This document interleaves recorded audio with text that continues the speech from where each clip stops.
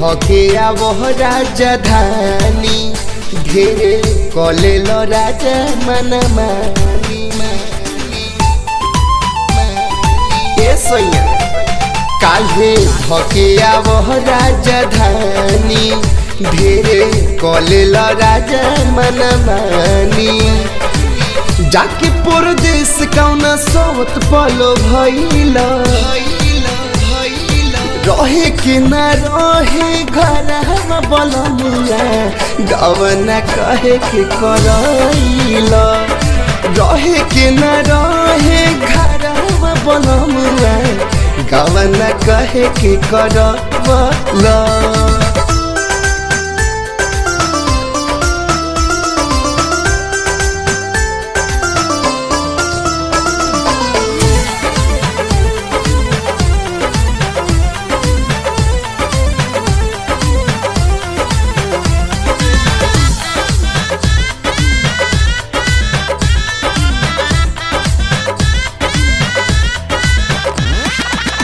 कहला कि आई जाए बीतते महीना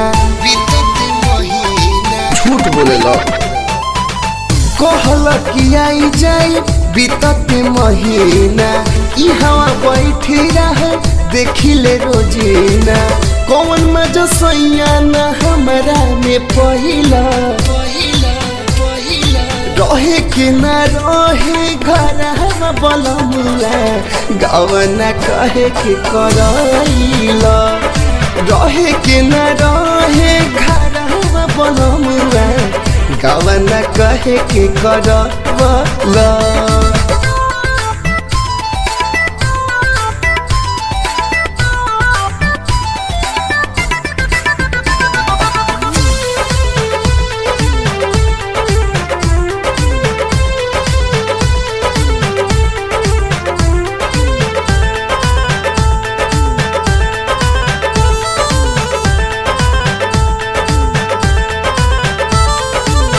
लहकल बा भीतरिले बिरह के आग हो